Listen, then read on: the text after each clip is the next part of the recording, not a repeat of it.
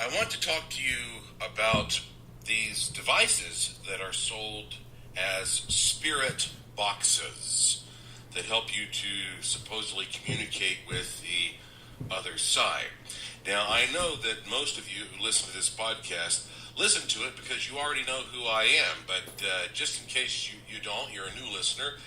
Well, I've been investigating the paranormal for over 25 years. I've appeared on many, many TV programs. I've been on Ghost Adventures a couple of times, and in fact, Zach Bagans and I have worked together on a number of TV projects like Paranormal Challenge and Paranormal Paparazzi. Just earlier this year, I was on the season finale of In Search Of on the History Channel. Last year, I produced the American Ripper series. I was integral to getting that thing on the air. And, I could go on with that. I've published over 20 books, including How to Hunt Ghosts, that was published by Simon & Schuster. I own a laboratory. I own a museum. I do this kind of research all the time. And I am consulted on a daily basis as an expert regarding the paranormal world. And I tell you this because I want you to understand the perspective from which I am coming when I give you my analysis of these things that are called spirit boxes, because they're quite popular and I can understand why. Let me start by saying that when I was a kid, I used to love hanging out in the evenings with my dad and his police scanner, I guess that's what you call it. We just called it a scanner. And basically, it's a radio that just scans constantly. It's not that different than what you would do in your car when you hit the scan button on your radio. It just goes scanning through and it looks for stations. And of course, the first thing that happens is, okay, it picks up a signal and boom, it stops there. And it might pause for 5 or 10 seconds and then it'll just keep scanning unless you stop it there and say, oh yeah, I like that. Well, that's the same thing a police scanner does. It's just picking up a frequency that's used by personnel who work in that field. So we're talking about policemen, firemen, EMTs, people who are first responders. They have their own frequency range they usually talk on within a particular community. And so, I'd sit around with my dad in the evening, and he'd have the police scanner on there, and we'd listen and see what was going on in the neighborhood, right? You get to hear everything. But, of course, these folks, they like to talk in codes. So they don't just come right out and say something in plain language. They say, well, we got a code 48 here, we got a code 157, we got what. And they do that for two reasons. One is because it's efficient. It's short and it's direct, and it's able to communicate a lot of information very, very quickly when you do that. But also because you might avoid using language that could be incendiary or inappropriate in your surrounding. You might not be like, oh, I got a fucking murderer here. You might be like, oh, I got a code 145 or whatever. And that way, you're maintaining control over the situation in terms of the language that's being used. And that tells you something interesting about the way that humans function in general, doesn't it? And how you can look back thousands of years and think about how that even ancient people encoded things no differently than we do now. And how that you can perhaps try to go back and decode these things that were so important to the ancients if you know the codes, right? So anyway, my dad would sit there and we'd listen all night to what was happening around town, whether it was something criminal or an emergency, whatever. And so I'm very familiar with the concept of the police scanner. And some years ago, people started talking to me about this thing called a spirit box, and they would use various names for it, and I'm not going to repeat those names because I don't want to get into any trouble legally by singling out one brand or another. But they talked in general about the idea that there are boxes that are able to allow you to communicate with the other side. Now, I have been very interested in this my whole life because I am from Asheville, North Carolina. And there was a fella who lived in Franklin, North Carolina, named George Meeks, who was doing a lot of work, especially in the 1970s and 80s, he sort of publicizing ITC, and basically what they're talking about is the idea of using technology that can contact the other side. And I am going to tell you right now, I have not tried every method. I have not purchased every device out there. I am not telling you that I am an authority on every damn variable that's available. But what I am telling you is I have at least one of these devices, and I have been exposed to many of them. And so in this podcast, I'm going to give you my opinion of the concept behind my understanding, my personal understanding of how these things work. So I have one of these in my hand. This particular one is called the PSB7 Spirit Box. This particular one is. And I bought this on eBay. I forget how much I paid, but it was less than $100. And so I'm going to turn it on right now. And okay, right off the bat. Okay, you can choose. I don't know how if you can hear this. Surely you can hear that. Okay, I don't know. Well, let me just say. Okay, you can select between AM and FM on this. Which right off the bat, we're talking about artificial bands with man-made signals, AM, FM. All right, all right. And then, and I'm going to crank the volume up here. Then you hit this button that allows you to sweep. It's just a scanner. And now it's scanning. And the idea is that I say,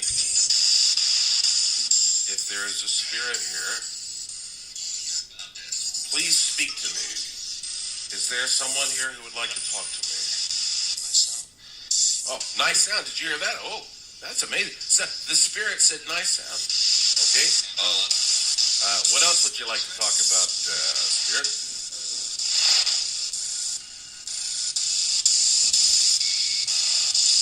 We're waiting. We're waiting for a response.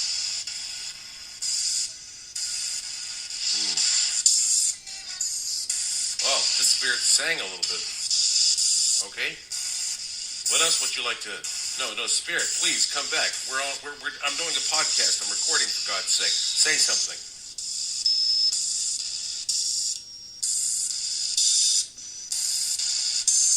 Okay. I think the spirit said, really? So this is how these things, I think, generally function. They just go scanning, and you can. And these are ingenious little devices because you can choose if you're an FM or AM, and if you want to sweep forward or backward, or if you want to like pause for just a split second or a longer period of time. I mean, there are lots of really interesting variables. There's an antenna here. Somebody emailed me because I put a picture of this particular one on the internet, and they said, oh, remove the antenna. It works better without the antenna. So, right off the bat, you're seeing that this seems to be complete and utter bullshit, right? And I would say that is about 90% correct. That's probably like 99% correct. This is probably bullshit. But, I am one of those people who has propagated the possibility through my work that a ghost might take whatever resources, and maybe I shouldn't even say a ghost, a spirit might take whatever resources are at his or her or its disposal and use them in order to communicate with you. So that, what I'm talking about here is the idea that a spirit is a non-physical thing. And what we're interested in is taking this non-physical thing and seeing it transferred into our physical realm, our physical dimension, so that we can appreciate it and, we can understand something. And so it may be that anything that you have at your disposal, any tool that you have at your disposal, is something that might be influenced by a spirit in order to communicate with you. And so that is ultimately the way that this is possibly some kind of a device or machines, instruments like this are possibly able to allow us to connect with the other side, only because that a spirit might be so powerless in this realm that spirit will use any kind of influence, and that's a very important word here, that it has in order to shift or change things to get a message across to you. And it really comes down to like looking more into the synchronicity and serendipity. The idea that some little thing will happen that is an expression of what this spirit is trying to communicate. So these devices can only be considered experimental. And you know how when you see these phony psychics, they have the big, this is for entertainment purposes only label slapped on there. Well, I would definitely slap that on any type of device. I don't care if it's an app on your phone. I don't care if it's one of these physical things. There should be a big label slapped on there that says for entertainment purposes only, because these are experimental devices, and there's nothing wrong with experimenting. In fact, that's a healthy and good thing. Most of what you will get from these devices is bullshit. I will tell you that. I mean, if I ever find a device that allows me to reliably communicate with spirits in the spiritual realm, I will come roaring at you with glory and accept the parade that follows with all the rose petals falling from the sky. But in the meantime, just understand that this is bullshit for the most part, okay? It's an experimental thing. It's something that you can work with, and maybe 1% of the time, hell, maybe, let's be generous. Let's say 10% of the time, maybe you'll get something out of this device that actually is influenced by the spiritual realm. But that takes a hell of a stretch of an imagination. And one of the reasons that I am so critical of stuff like this is because I have a big imagination. I've written books and made movies and done stuff, and I'm no Spielberg here. You know what I'm saying? I'm not huge, but I've written books, fiction and nonfiction. I've made movies, fiction and nonfiction. I understand what it's like to be imaginative. I can look at a cloud and I can easily see the animals in the cloud. I'm big on optical illusions. I know magic tricks. I mean, I understand how we can fool ourselves. So that's why that you have to understand that I can be very critical when it comes to allowing the imagination to run wild. Now, all that said, one of my best friends is a man named Dean Warsing. And Dean Warsing, he is an investigator, and he studies just all the same stuff that I do. Ghosts, UFOs, cryptids. He looks into all this stuff. And one thing I love about Dean is that we can be such good friends, but we can still argue and disagree about things. It's very similar to my relationship with Christian McLeod. Christian McLeod is the president of the Asheville Cryptid Society, and he believes that there are apes that are running around this country that haven't been trapped, and I don't believe that. But that's fine. We can agree to disagree about that. So I have the same kind of thing with Dean. It's like we're really good friends. But Dean, he actually has achieved something that is very, very rare. Maybe completely unique. I'm not sure. He actually is an instructor at a college in Maryland, teaching people about how to capture EVP. Now, EVP is what we call electronic voice phenomena.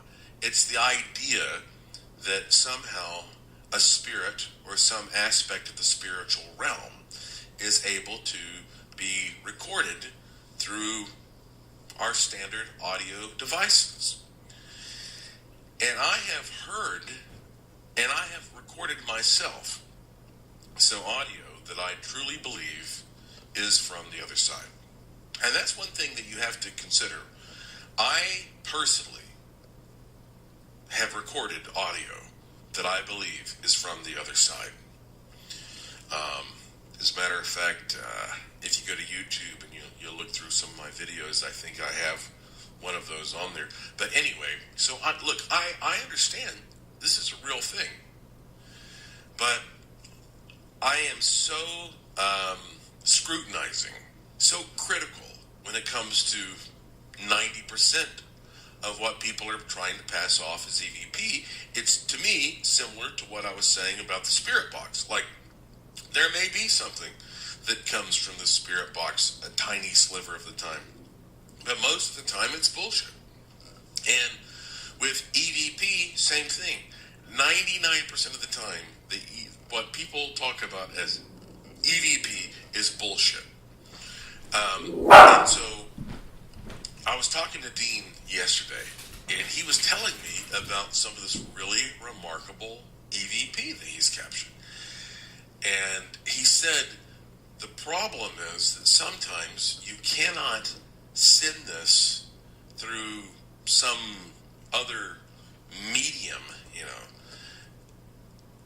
and expect it to retain its quality. It's not the same when you email it or whatever. You got to listen to it from the source. And he said, I have so much interesting audio that I want you to hear, but you really have to hear it from the source, like from the original device, the original medium. And I said, well, hell, fine, come out here to Las Vegas, bring all your equipment, bring all your originals, bring everything that's original with you. And I want to sit there and listen to it. And then it occurred to me, well, why should I do this alone? Why not have other people there? Why not have, 10, 20, 30 people? And we all get to do this together. And Dean said, hell yes, that sounds like the most fun I can imagine. Let's do this. So, on this podcast, I'm planting this seed right now for some kind of an event where early next year, I don't know, January, February, I'm not sure, we get Dean out here to Las Vegas. And Vegas is a very easy place to fly to, and there's all kinds of other fun stuff to do here, which is why that I have numerous residences, but this is the easiest to access. It's going to Asheville is a pain in the ass. Here, easy to get to Vegas. Everybody knows how to get to Vegas one way or another. So, if you are interested in coming out here to Las Vegas for this evening, and hanging out for a night with me and Dean Warsing, while Dean Warsing gives us his best stuff. Now this guy's he's an instructor at a college in Maryland, okay? And I told him, I said, Dean, I got to play the devil's advocate here. So I'm going to be there, and I'm going to be trying to criticize every single thing that you play. And he says, great, that's what I want, that's what I like, this is going to be such an interesting night. If you're interested in being there for this, because before I plan it, I just want to see how much interest there is. What I want you to do is go to joshuapwarren.com. Scroll down there. You'll find my email address. It's very simple. I'll just tell you. It's contact@joshuapwarren.com. Okay, contact@joshuapwarren.com. Send me an email with the subject line EVP. You don't have to write anything else, because that way it's easy for you, it's easy for me. I don't have to respond. We don't have to correspond. Just send me an email with the subject line that says EVP, and show me if you're interested in possibly being a part of this. Because if I have enough people who are interested, I'll turn it into some kind of an event. Now, if I don't, then fine. Dean and I will do this alone.